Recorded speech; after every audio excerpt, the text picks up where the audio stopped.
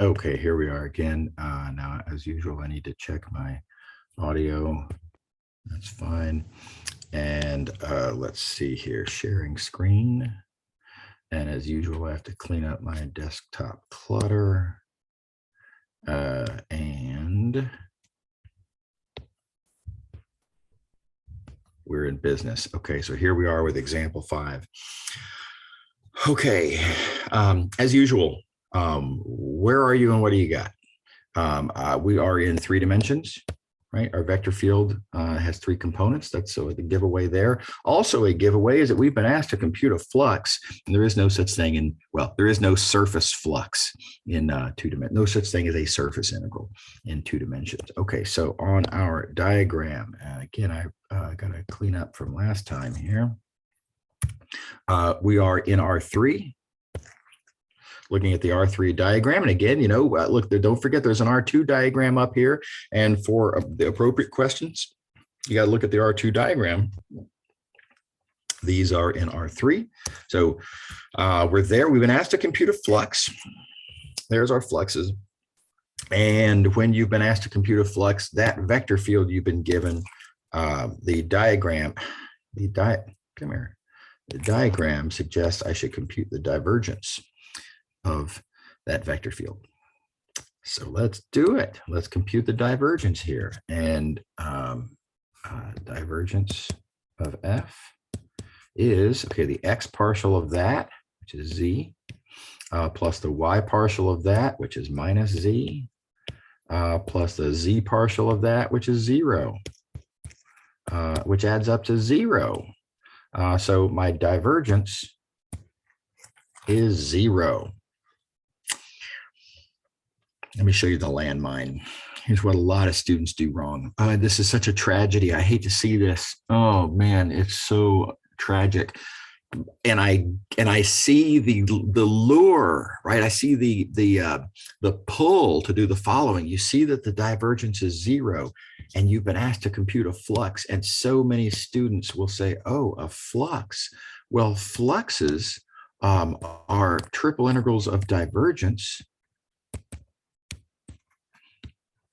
And we just computed the divergence was 0. And so therefore I get 0. And a lot of students will write this down and, you know, call it.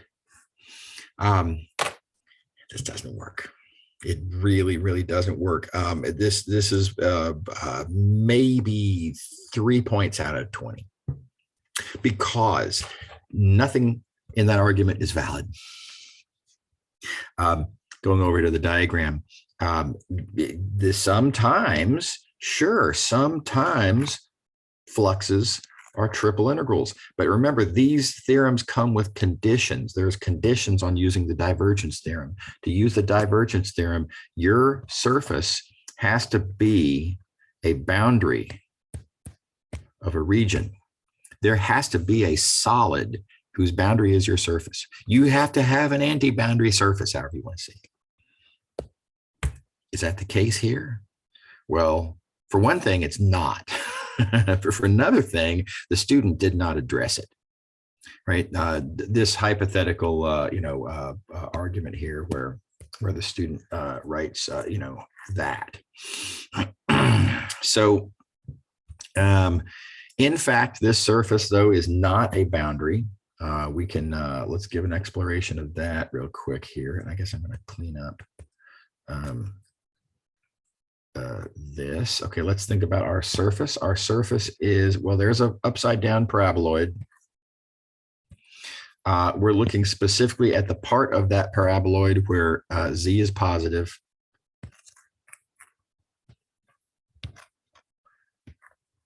So our surface is actually, let's see here, I'll do like this.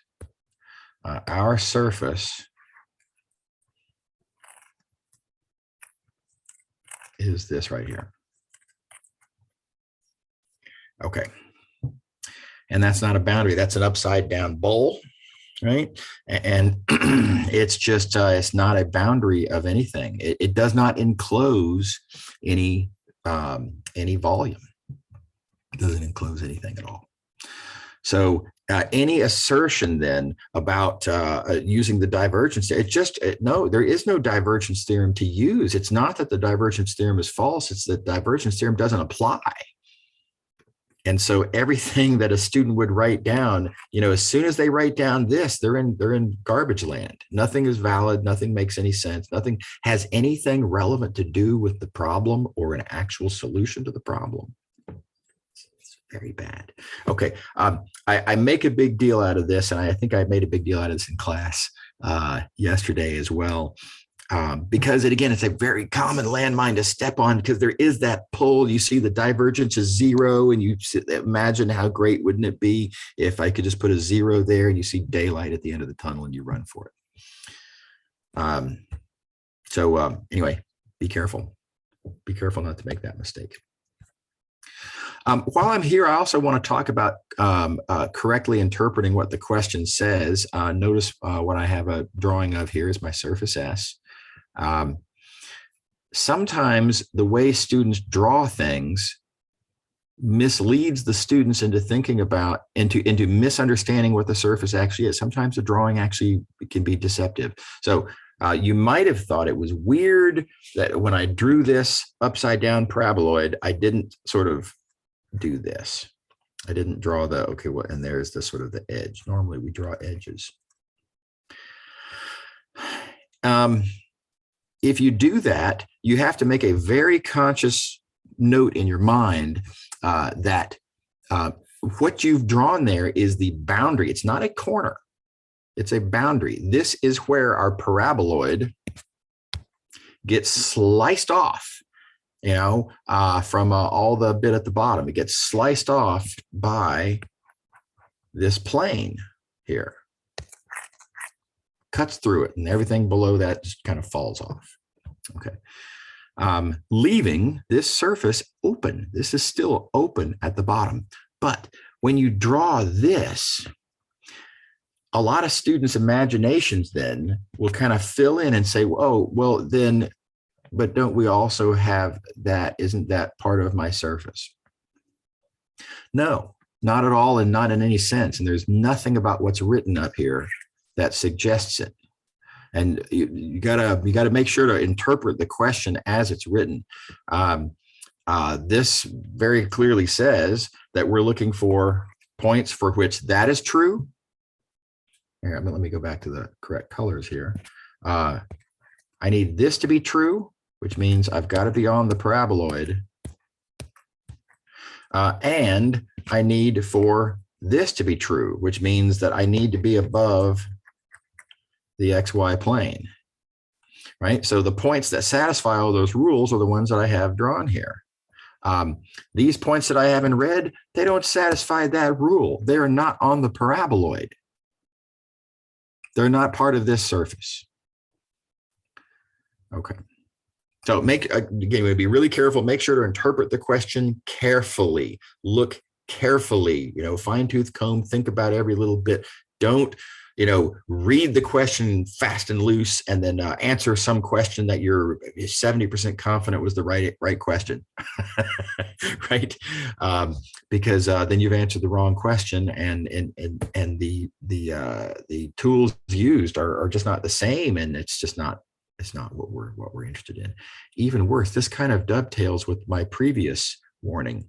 In this case, if you misunderstand what the solid is or what the surface is, if you mistakenly have that in there, here, I better put it. Okay, so of course, wrong, right? If you mistakenly have that bottom thing in there, then all of a sudden your misinterpreted surface is a boundary of a solid, and that would lead you to write down Gauss's divergence theorem and think that you have a right answer, and it's just as wrong as the previous complaints that I made about such a thing. It's equally not an answer to the question at hand, and it just doesn't work. It doesn't make any sense, and the fact that it's the correct answer to a different question is just not relevant.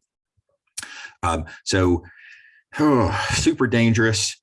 Be careful to interpret the question correctly, and be careful that if you're going to use something like the divergence theorem, make sure that you confirm that you're looking at an actual boundary surface.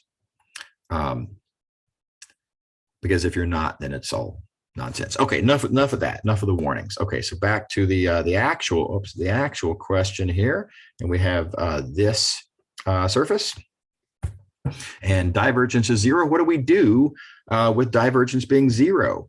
We definitely don't use the divergence theorem, right? This is not a closed surface. So what do we do? And come back over here to the diagram.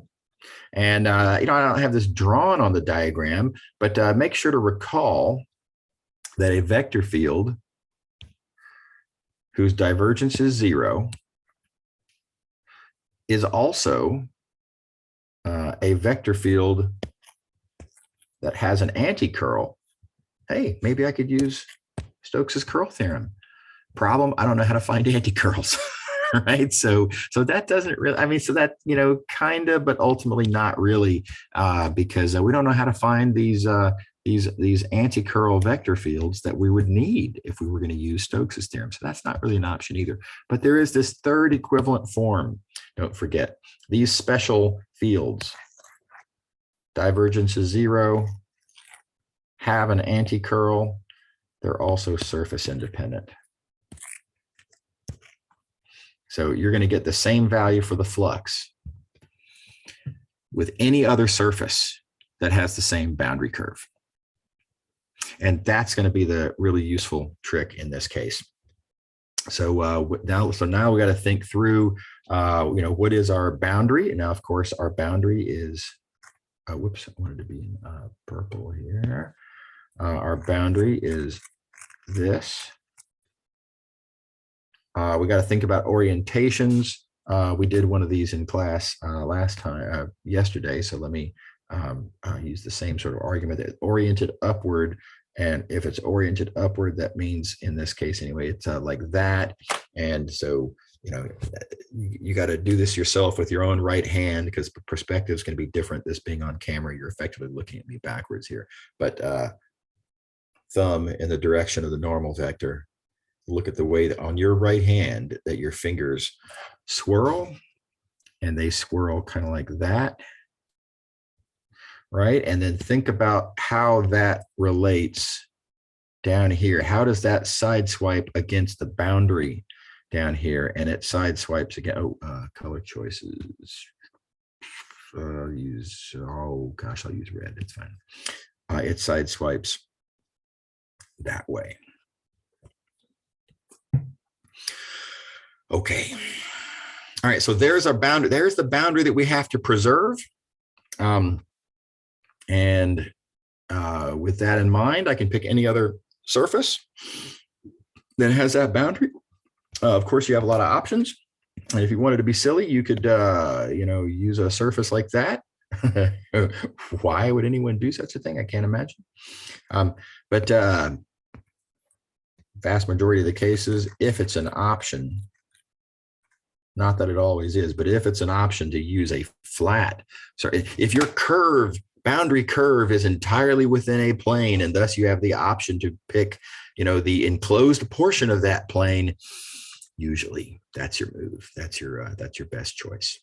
Now, again, you got to think about the orientations on that new surface, right? So we've jettisoned I'll keep my colors straight. We've jettisoned that surface. I'm not going to use it. Now we're using this green surface. And how is it oriented? Well, you got to play the game. Okay, so hypothetically, if it were downward, down, thumb, fingers, swirl, side swipes, and that would sideswipe the wrong direction. So not that. And so what about this one? Thumb, fingers, swirl, side swipes. And that does side swipe correctly. So our new surface oriented upward. Here we go. Oh, let me just do it like this. Okay, so there's our new surface oriented upward. And you can compute the flux through that new surface. So let's do that.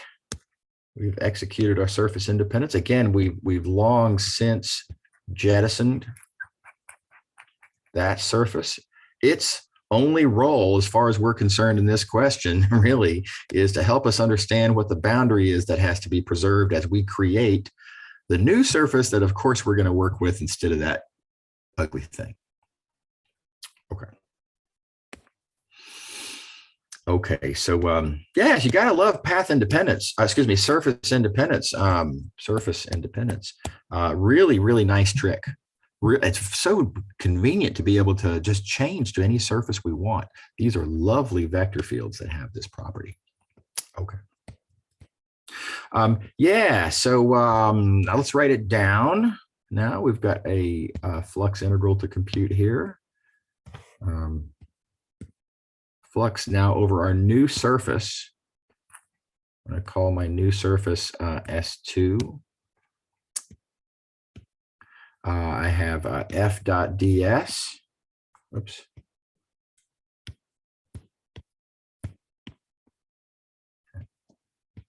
Which, of course, you can write down several different ways. And if you want to parameterize, you could. But in this case, look what happens. If I instead play this move, I'm rewriting the ds vector as little n ds scalar, because I can write down that little n vector very easily. I know I can see exactly where it is. There it is. It's 0, 0, 1.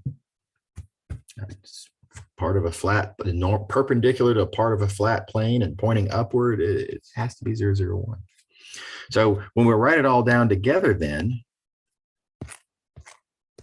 that normal vector being 0, 0, 1, our original vector field being where there's so many colors, xz minus yz 0. This just turns into 0, which is pretty sweet. Okay, so Stokes, excuse me, surface independence here was a huge win. Huge win. All right, now that said, I am going to show you how to use Stokes's theorem, which is why I misspoke there. I was thinking ahead. How to use Stokes's theorem to solve this problem. It's arguably just as good. I don't know, by ballpark just as good. Let's see that in action. I'm going to, whoops, I'm going to slide all this out of my way here. Put that down there.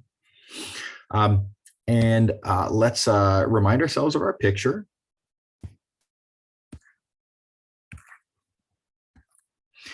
We have our surface is like that. It's got a boundary that is, about like that. I'm just going to go ahead and solidify that. There's our boundary. Stokes's theorem. In order to apply Stokes's theorem, let's go back to here, remind ourselves what we're doing. We gave ourselves a maybe on that because we don't know how to find the anti-curl, right? Here, let me clean up the mess here. We'll do this over again. We took our vector field, we took the divergence, we got 0, thus allowing us to conclude that yes, there is an anti-curl. And then we abandoned this line of reasoning almost immediately because we don't know how to find the anti-curl. Or do we? In this case, it is explicitly given right here in the statement of the question that our vector field F, here, let me do it like this. Our vector field F, this thing whose flux we want to compute, we are explicitly told that that is the curl of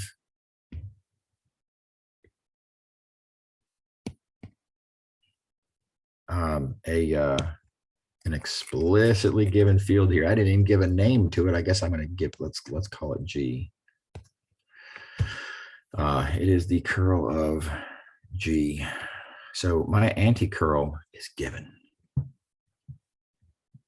So, you know what? We can use Stokes's theorem after all, as it turns out. Stokes's theorem, again, the anti-curl is given.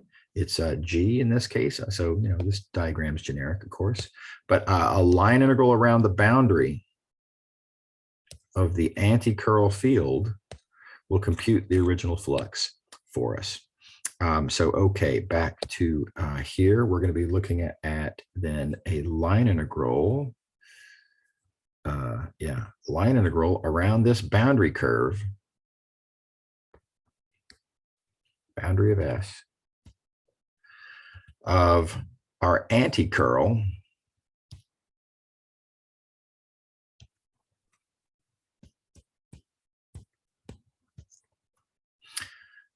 dot dx.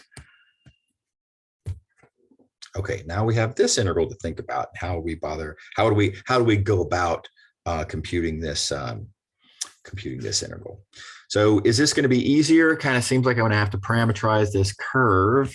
Not that that would be the worst thing in the world, but it is going to be sines and cosines, or at least it seems like it will be. And then you notice, yeah, but that's a nice curve. Notice that curve is entirely contained within the XY plane. And being entirely contained within the XY plane, that means Z is not changing. Z is constant. Z is always 0.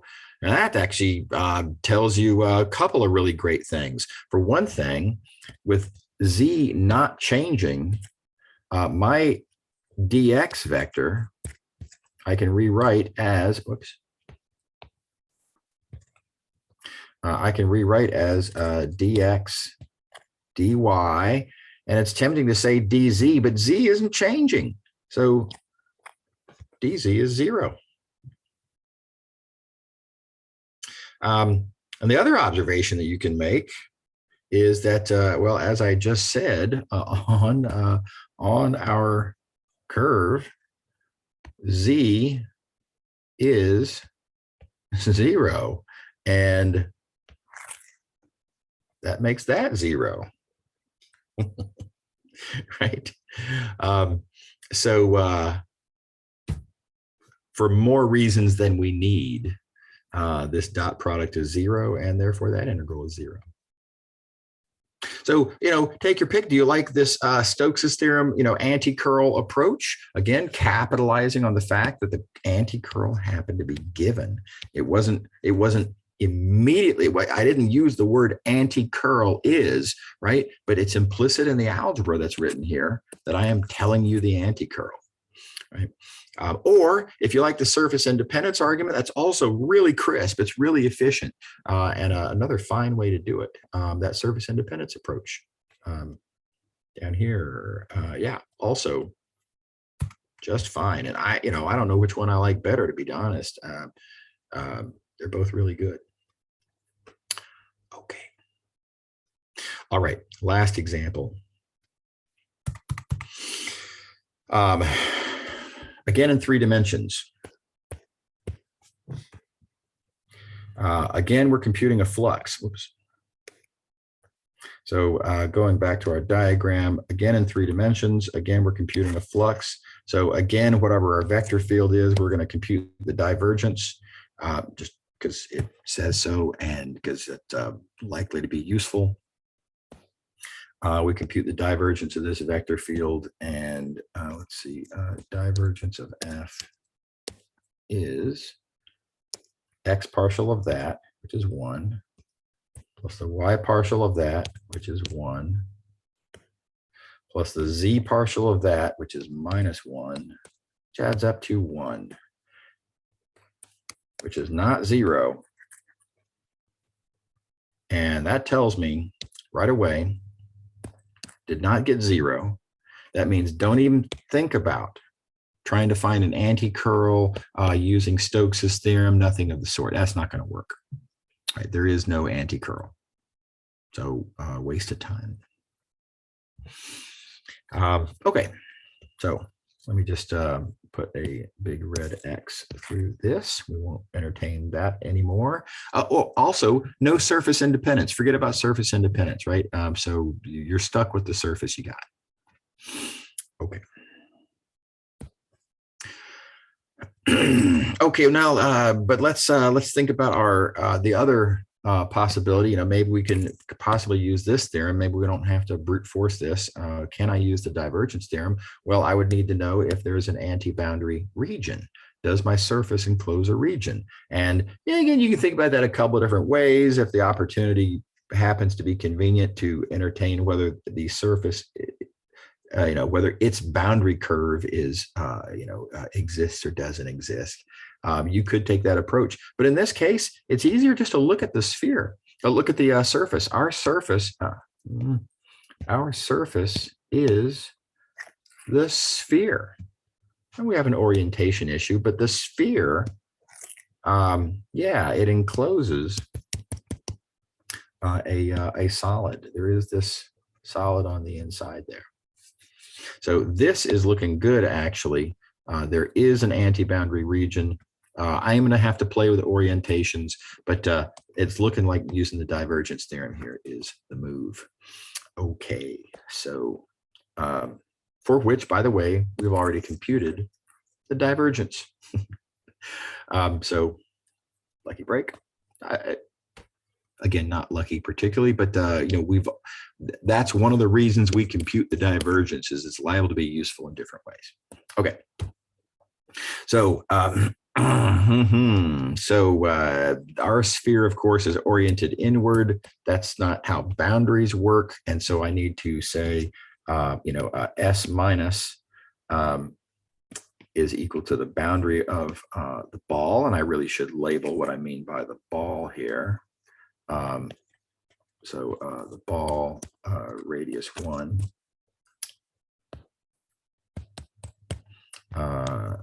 centered at the origin. Unit ball, I guess I could say even. That would have been easier. And then we proceed to compute as follows. We say the integral over S, well, that's the negative of the integral over S minus, which that minus sign, of course, comes along for the ride. The integral over S minus is the triple integral over the ball of the divergence.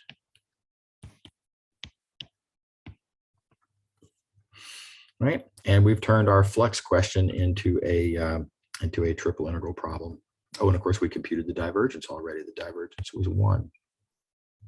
So I have a negative triple integral over the ball of 1 dV. And of course, now this is an easy geometry problem, right? We know the volume of the ball, and easy integral, and the flux we're interested in is the negative of that. Again, don't forget that this minus sign carries through from the original minus, which arguably really is kind of that, because the point is the boundary is oriented negatively. It's oriented opposite of the surface that we're actually getting.